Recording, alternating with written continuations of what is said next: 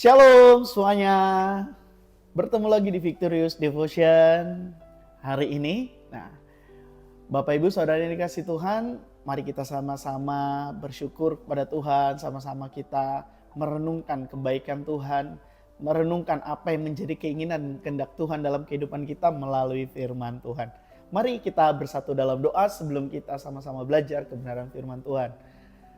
Kami bersyukur Tuhan untuk kebaikan yang telah Engkau berikan kepada kami, kasih karunia keselamatan yang Engkau berikan kepada kami, sehingga kami mengetahui hidup kami berharga, hidup kami mulia, hidup kami Tuhan indah dalam rencana dan rancangan-Mu. Hari ini kami menyerahkan segala sesuatunya ke dalam tangan-Mu, biarlah kami berjalan di jalan-jalan-Mu. Apapun yang kami lakukan hari ini telah Tuhan berkati. Biarlah hidup kami menjadi saksi-Mu. Melalui hidup kami, nama Tuhan dimuliakan, nama Tuhan dikenal oleh banyak orang. Oleh karena itu Tuhan, kami mau diperlengkapi oleh kebenaran firman-Mu saat ini. Berbicaralah Tuhan, kami mau mendengar. Dalam nama Yesus, haleluya, amin. Shalom Bapak Ibu, Saudara yang kasih Tuhan. Hari ini kita mau sama-sama belajar kebenaran firman Tuhan. Di mana bulan ini kita sama-sama memiliki tema yaitu berjuang mempertahankan iman. Dan iman yang seperti apa yang kita di dalamnya berjuang untuk mempertahankannya. Tema untuk hari ini adalah sebesar biji sesawi. Kita baca di dalam Lukas 17 ayat 5. Begini bunyi firman Tuhan. Lalu kata rasul-rasul itu kepada Tuhan, tambahkanlah iman kami. Ayat ke-6-nya, jawab Tuhan, kalau sekiranya kamu mempunyai iman sebesar biji sesawi saja, kamu dapat berkata kepada pohon ara ini, terbantunlah engkau dan tertanamlah di dalam laut dan ia akan taat kepadamu.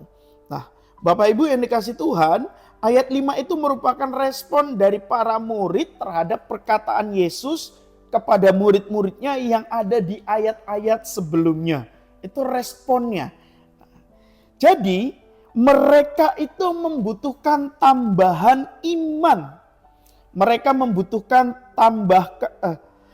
pentabahkan iman mereka. Jadi kenapa mereka minta ditambahkan iman mereka? Mereka minta ditambahkan supaya mereka dapat melakukan perintah Yesus Kristus. Tetapi kalau kita baca tadi, jawaban yang Yesus Kristus berikan kepada mereka itu adalah jawaban yang out of the box, Bapak Ibu. Jawaban yang tidak sesuai dengan harapan para rasul itu. Ini menariknya dari Yesus Kristus, di mana dia memberikan jawaban-jawaban atas segala pertanyaan, atas segala permohonan, atas segala permintaan itu terkadang tidak sesuai dengan seperti apa yang diharapkan dari sang pemintanya, dari sang penanyanya. Jadi jawaban yang tidak sesuai yang diharapkan itu adalah jawaban yang sesuai dengan versinya Yesus Kristus. Dan sudah pasti jawabannya adalah benar. Jawabannya selalu benar dan melampaui dari harapan manusia yang mengharapkan jawaban itu. Yesus Kristus memberikan penjelasan ini bukan berdasarkan atau dalam konteks kuantitas. Ya Bapak Ibu dikasih Tuhan, bukan besar atau kecilnya iman tersebut. Tetapi Yesus membahas tentang kualitas iman. Jadi iman itu tidak berbicara tentang besar atau kecil, tetapi kualitasnya. Makanya dikatakan kualitas iman yang sekalipun secara kuantitas iman itu kecil, besar kuasanya. Iman tersebut dapat melakukan perkara yang besar, perkara yang mustahil.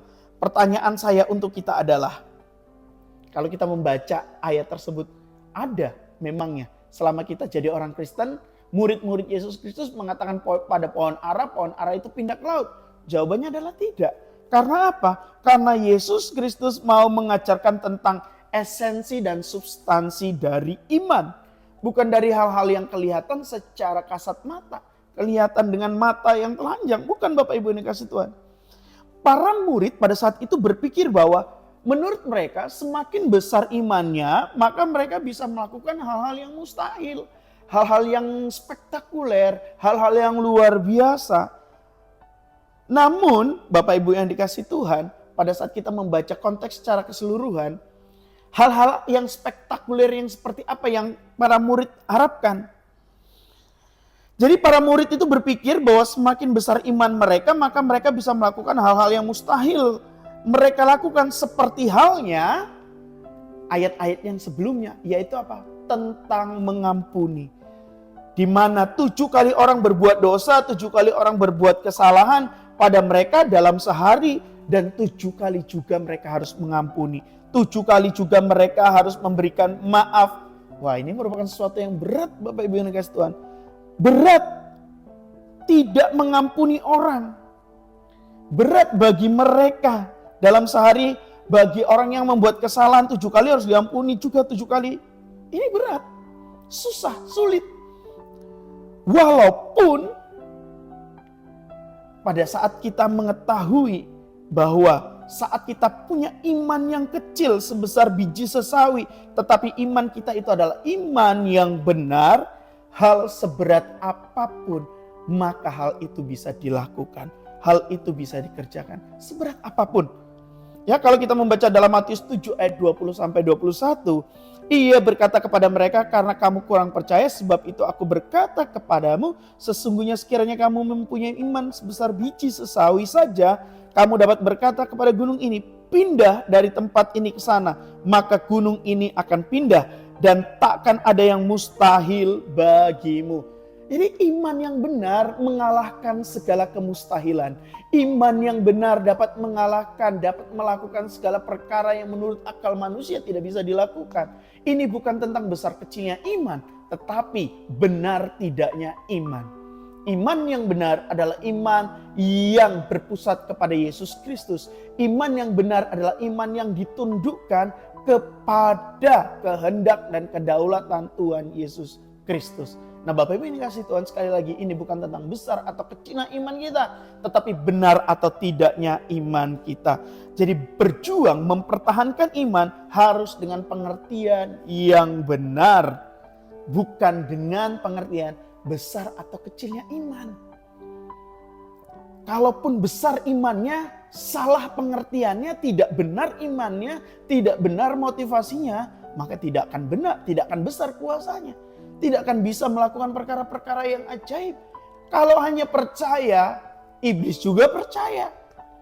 Bahkan dia dengan takut dan gentar dalam kepercayaannya. Tetapi kepercayaannya tidak didasari dengan kebenaran.